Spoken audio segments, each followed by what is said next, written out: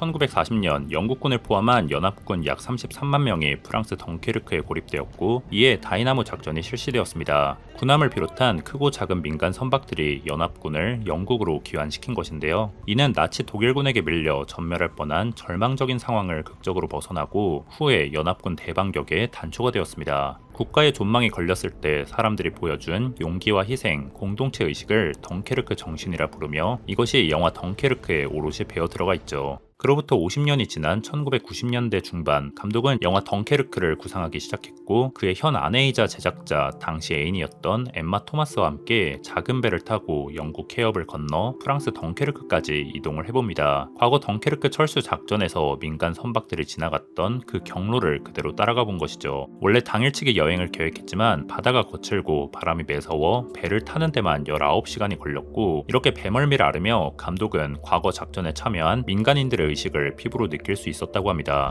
사실 감독은 처음에는 대본 없이 즉흥적인 방식으로 본작을 찍으려고 했는데요. 본작의 스타일이 미니멀리즘하고 무성영화에 가깝다라는 점을 생각하면, 또 그의 초기작 두들버그나 미행을 생각하면 선박 내부로 공간을 최소화해서 개인 심리를 극대화시키는 플롯을 구상하지 않았을까 추측이 되기도 합니다. 그러나 이는 엠마 토마스가 적극적으로 만류해서 기각되었죠. 그녀는 덩케르크 이야기를 위해선 확실한 각본이 있어야 되고 현실성을 살려야 한다고 생각을 했기 때문입니다. 이를 들은 감독은 이 말에 동의를 했고, 필요한 것은 경험과 예산이라는 생각으로 후일을 기약합니다. 인터스텔라의 개봉 이후 이제 덩케르크를 만들기 적기다 라는 엠마의 조언에 감독은 대본을 집필하기 시작했는데요. 실제로 경험은 아주 많이 쌓였고 증명된 흥행 실적으로 원하는 예산을 투자받을 수도 있었죠. 특히 스튜디오에서는 R등급 수위를 허용해줬음에도 감독이 본작에서 피를 표현하고 싶지 않다고 해서 그런 점이 반영되어 결국엔 PG-13등급을 받긴 했습니다. 본작에서 피를 표현하지 않는 것은 단순히 수위의 문제가 아닌 감독의 지향점이 따로 있었기 때문인데요. 원래 그의 스타일이기도 하고 본작에서 추구하는 특유의 서스펜스가 있기 때문인데, 이는 이어지는 여러 챕터에서 차차 설명해보겠습니다.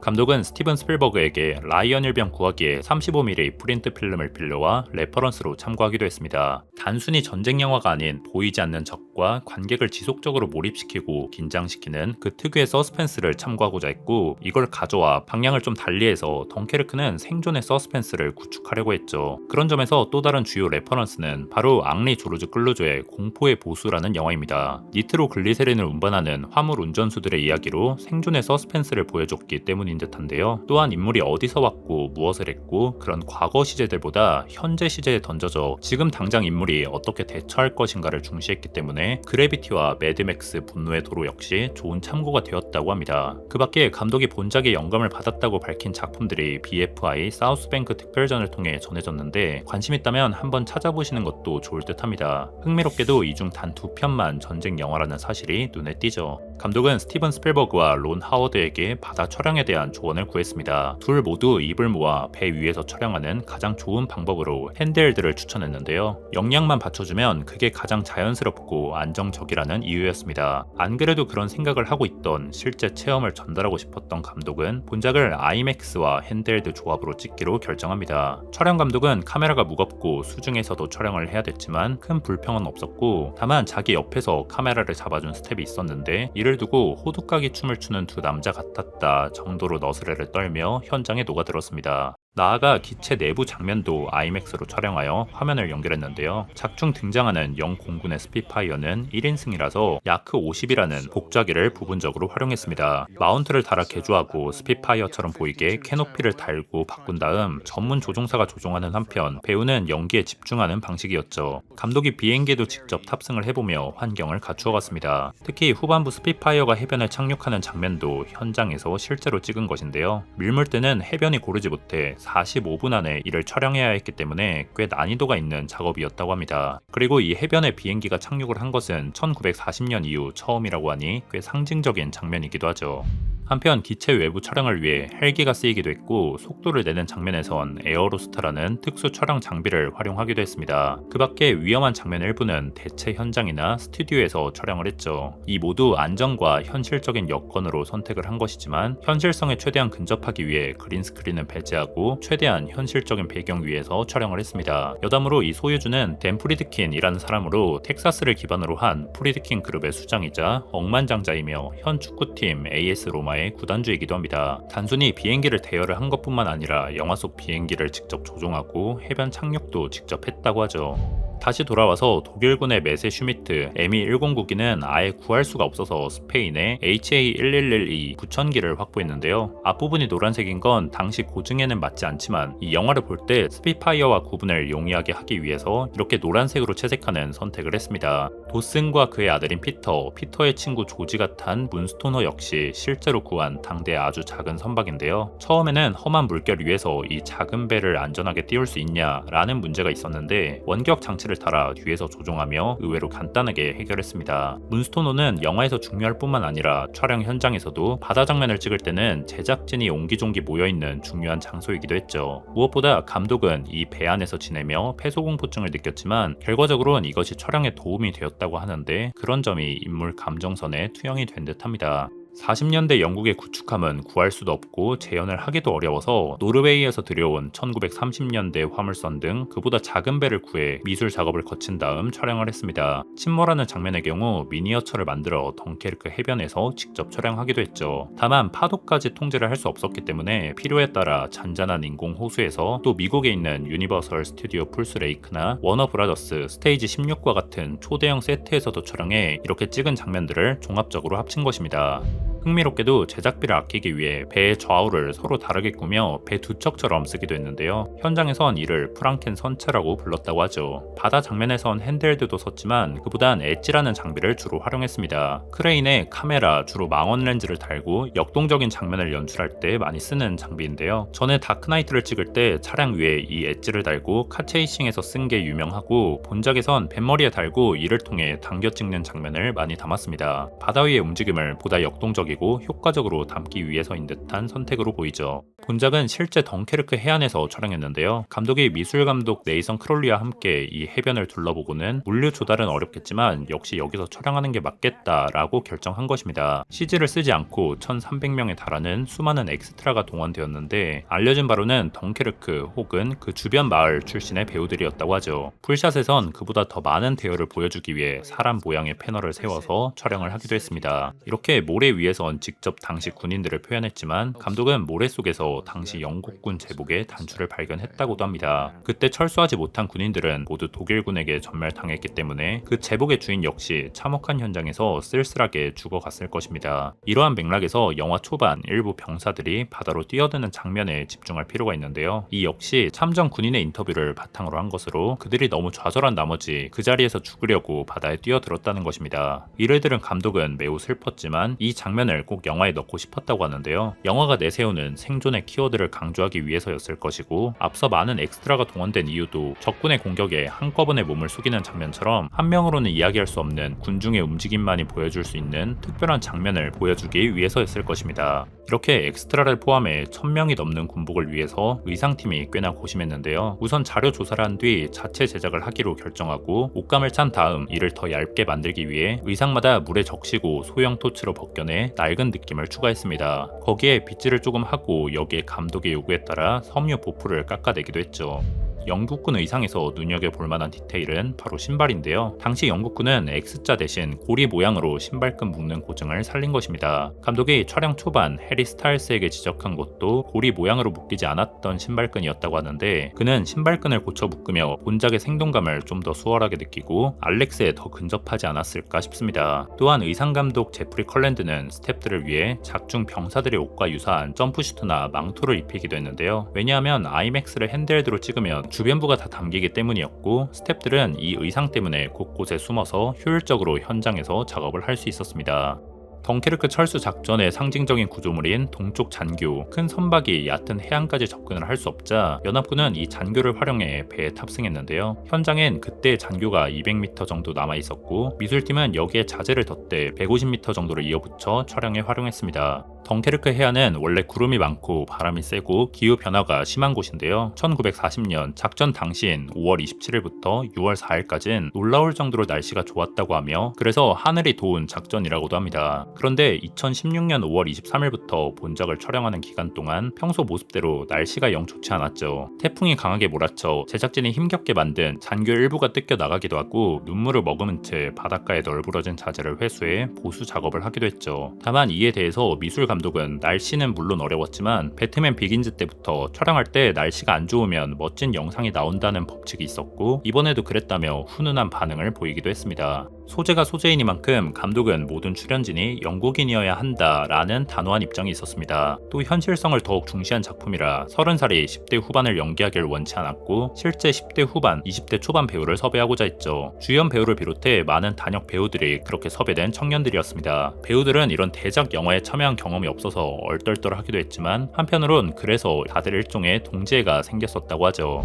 극중 알렉스를 연기한 해리 스타일스, 세계적인 보이밴드 원 디렉션의 멤버로 이미 더 유명했는데요. 스마트폰도 이메일도 쓰지 않는 감독은 그 인기를 체감하지 못하고 어렴풋이만 알고 있었다고 하며 앞서와 같은 이유로, 그러니까 10대 후반, 20대 초반에 낯선 외모라는 이유로 캐스팅을 결정했다고 합니다. 나중에야 감독의 딸이 그는 유명 아이돌이야 라고 알려줬다는 후문이죠. 토미를 연기한 핀 화이트헤드는 당시 경력 1년 차이던 무명의 젊은 배우인데요. 감독은 화면에서 연약함을 표현할 수 있는 배우를 원했습니다. 핀 화이트헤드도 자신의 풋풋함이 배역을 따내는데 도움이 되었다라고 밝혔죠. 그런 인물이 매 순간 극한 상황에 놓이고 관객은 그의 시선을 따라가며 전쟁의 생소하고 끔찍한 특성을 체험하기에 이런 캐스팅 전략은 적절해 보입니다. 작중 토미로서도 배우로서도 잃지 않은 특징이었죠. 현실성을 추구하기 위해 고화질의 커다란 IMAX 필름을 통해 화면을 사실적으로 담았지만 반대로 맥락을 강화하기 위해 일부러 배제한 장면들도 눈에 들어옵니다. 감독은 정치적 이슈에 얽히고 싶지 않아서 처칠 장군을 배제했고 전쟁 영화의 클리셰인 작전 회의실도 뺐다라고 언급하는데요. 특히 작중 독일군은 전혀 보이지 않고 심지어 마지막 파리어를 포로로 잡는 장면에서도 초점이 맞지 않습니다. 이러한 것은 모두 감독이 중시한 생존의 이야기를 캐릭터와 함께 더불어 전달하고자 하는 의도로 보이죠. 본작이 개봉하기 전 국내엔 외래어 표기법에 따라 됭케르크, 덩커르크 등 차이가 있긴 했지만 결국 덩케르크로 정식 개봉했습니다. 본 영상에서도 당연히 이 표기를 이미 썼죠. 그건 그렇고 이 영화가 극장에 개봉했을 당시 번역이 아쉽다는 평이 좀 있었는데요. 자막에서 볼튼 해군 중령이 육군 대령인 위넌트에게 반말을 하는 대목입니다. 자넨 육군이고 난 해군인 거지, 뭐 이런 식인데 계급을 생각하면 특히 매우 중요한 전시 상황임을 고려하면 맥락을 완전히 왜곡시키는 대목이라고 할 수 있죠. 당시 극장의 오역은 메인 예고편을 통해서도 간접적으로 확인할 수 있습니다. You've activated the civilian boats. Civilians?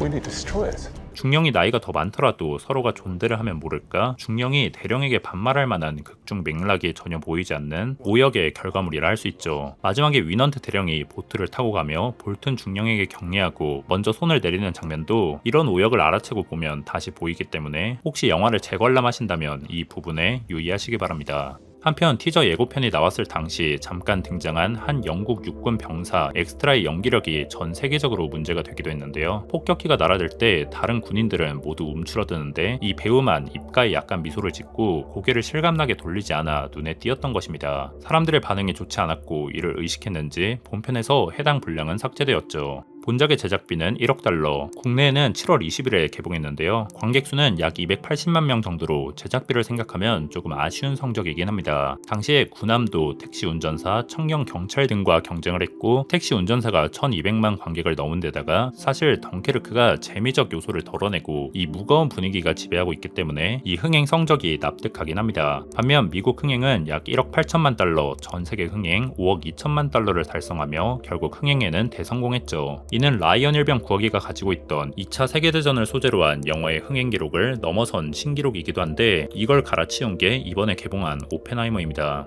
할리우드 리포터의 보도에 따르면 크리스토퍼 놀란 감독은 본작으로 약 2천만 달러의 개런티와 영화 흥행의 20%를 추가로 받는 조건으로 계약을 했는데요. 이는 반지의 제왕 3부작을 대박친 뒤 2005년 킹콩에서 작가, 제작자, 감독 세 직위를 모두 맡은 피터 잭슨과 비슷한 수준의 급여입니다. 덩케르크 역시 크리스토퍼 놀란이 작가, 제작자, 감독을 모두 역임하고 평소와 달리 조너선 논란 없이 혼자 각본을 모두 써서 이렇게 합쳐진 금액인 듯합니다. 앞서 챕터에 녹여내지 못한 간단한 비하인드를 나열을 해보겠습니다. 감독의 장편 데뷔작 미행의 69분 다음으로 짧은 106분의 러닝타임을 가지고 있습니다. 파리어에게 무전기로 메시지를 전하는 추락한 스피파이어 편대장의 목소리는 사실 마이클 케인의 목소리인데요. 감독은 1969년작 공군 대전략에서 공군 편대장을 연기한 마이클 케인에 대한 오마주로서 목소리 카메오를 생각했다고 합니다. 그리고 두 사람이 각별한 사이인 점도 어느 정도 작용을 하죠. 감독의 장편 데뷔작 미행을 제외하면 모두 어떻게든 참여한 마이클 케인인데 이번 오펜하이머 때는 잠깐 쉬어간 듯 보입니다. 영화 마지막 토미가 만난 시각장애인, 이를 연기한 인물은 감독의 삼촌인 존 놀런입니다. 그는 이전 배트맨 비긴즈에도 출연한 바가 있죠. Well done. All we did is survive. That's enough. 촬영 현장에서 조수가 낮을 땐 난파선이 드러나기도 했습니다. 프랑스 당국에서 촬영용 불꽃 장치를 해변에서 사용하는 걸 금지해서 촬영팀은 폭발 장면에서 공기 대포를 사용하였습니다. 감독은 본작을 다큐멘터리로 찍는 것처럼 연구했다고 말했는데요. 이에 역사 자문은 조슈아 레빈이란 역사학자가 담당했습니다. 감독과 조슈아 레빈은 함께 참전 용사들을 인터뷰해서 가상의 주인공을 만들어갔죠. 참고로 조슈아 레빈은 영화 개봉 후 이 인터뷰를 담은 저서를 출간했는데 한글로는 번역본이 없지만 관심 있다면 원소로 한번 찾아보시길 바랍니다. 영국 런던에서 열린 덩케르크 전세계 최초 상영회에선 실제 2차 세계대전 당시 덩케르크 철수 작전에 있었던 30여 명의 퇴역 군인들이 자리에 함께했는데요. 영국 왕실의 해리 왕자가 함께할 정도로 국가적으로 존중을 표한 자리이기도 합니다. 그들은 실제 경험과 비교해 영화에 대한 다양한 감상을 전해줬죠. 영화 속에 대화가 많지 않고 시각적으로 처리된 부분이 아주 사실적이고 실제 전투 현장과 비슷했다고 평했지만 영화 속 슈투카가 투하하는 폭탄의 폭발음이 실제보단 좀 컸다는 사실을 언급하기도 했습니다.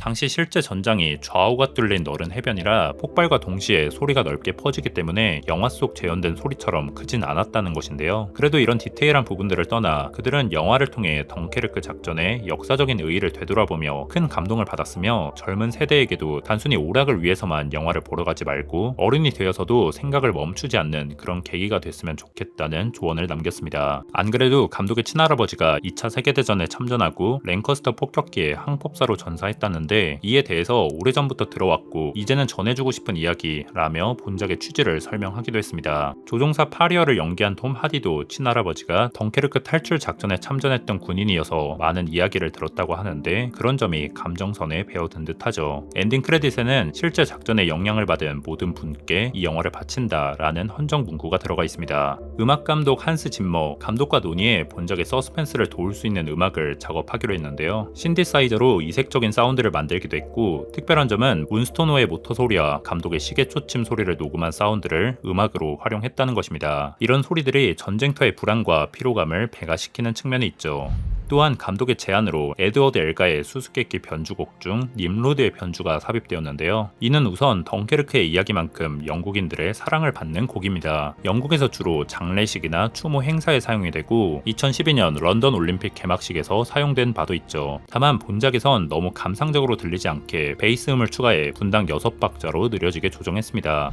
에드워드 엘가가 주변인들에게 헌정한 수수께끼 변주곡의 다른 파트들과 마찬가지로 엘가의 친구인 출판업자 어거스트 제거를 위해 쓴 님로드는 예거가 독일어로 사냥꾼이라는 점에서 착안하고 구약 성서에 등장하는 전설적인 사냥꾼이자 바빌로니아를 세운 왕 님로드를 제목으로 삼은 것입니다. 또한 한때 작곡을 포기하려던 자신에게 제거가 다가와서 청력을 상실하고도 이 작곡을 해낸 베토벤의 이야기와 그의 피아노 소나타 비창의 2악장을 흥얼거리곤 했다는데 이 님로드의 도입부가 비창의 선율에서 착상한 것도 그런 이유 때문이죠. 정리하자면 덩케르크처럼 국민적인 음악이고 작곡가가 주변인들에게 바친 따스한 동기는 본작의 동료애와 연결되며 그리고 그만큼 따스한 선율이 화면을 어루만져주지만 수수께끼란 이름 그대로 알 수 없는 무언가가 분위기를 지배하는 느낌을 의도한 영민한 음악 배치라고 볼 수 있겠습니다. 옥타브가 다른 여러 음계를 중첩을 시키고 음의 세기를 조절해 음이 끝날 때 기존 음계를 다시 연결해 음을 반복 재생해 음계가 끝없이 올라가거나 내려가는 듯한 원리. 1964년 이를 발견한 스탠퍼드 대학교 로저 셰퍼드의 이름을 딴 착청현상 셰퍼드음. 시각 영역에서 펜로즈의 계단이 사실상 제자리 걸음이지만 계속 오르고 내리는 느낌을 주는 것과 같이 셰퍼드음 역시 계속 오르고 내리는 느낌을 주지만 실상은 그렇지 않습니다. 크리스토퍼 놀란 감독은 프레스티지 이후로 자신의 작품에서 셰퍼드 음을 종종 쓰곤 했고 본작 역시 마찬가지인데요. 유튜브 채널 복스에서 이를 집중적으로 다룬 유명한 영상이 있으니 한번 찾아보시는 것도 추천드립니다.